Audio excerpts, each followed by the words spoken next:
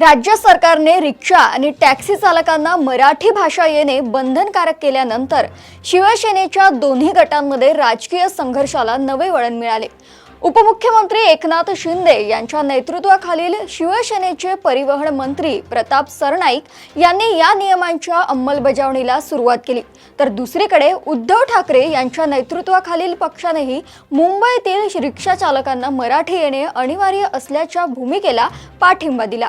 मात्र थोडी वेगळी भूमिका मांडत ठाकरे गटाने मराठी रिक्षा चालकांच्या रोजगार आणि उत्पन्नाच्या प्रश्नाकडेही सरकारने लक्ष द्यावे अशी मागणी केली। एकूणच मराठी अस्मिता या सामायिक मुद्द्यावर शिवसेनेच्या दोन्ही गटात वेगळीच हातघाई सुरू असल्याचे दिसते। ठाकरे गटाचे खासदार संजय राऊत यांनी रॅपिडो, ओला आणि उबर यासारख्या कंपन्यांना बाईक टॅक्सी चालवण्यास दिलेल्या परवानगीचा सरकारने पुनर्विचार करावा अशी मागणी केली आहे।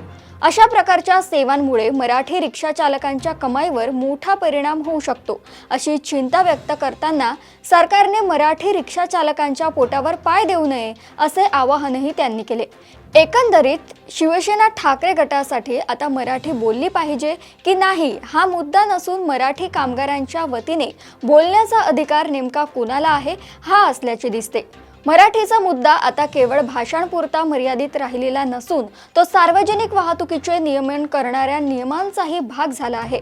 यामुळे उपमुख्यमंत्री एकनाथ शिंदे आणि त्यांच्या पक्षाला आपण मराठीच्या मुद्द्यापासून दूर गेलेलो नाही हे दाखवण्याची संधी मिळाली आहे। दुसरीकडे ठाकरे गट मराठीच्या मुद्द्याशी असलेली जुनी राजकीय नाळ कायम टिकवण्याच्या प्रयत्नात आहे। शिवसेनेच्या दोन्ही गटांसाठी आता प्रश्न केवळ मराठीला पाठिंबा कोणाचा एवढाच नाही, तर रोजी रोटीच्या लढाईत दैनंदिन जीवनातील मराठी माणसाचे खरे प्रतिनिधित्व कोण करतो यावरून ही राजकीय चुरस रंगली आहे।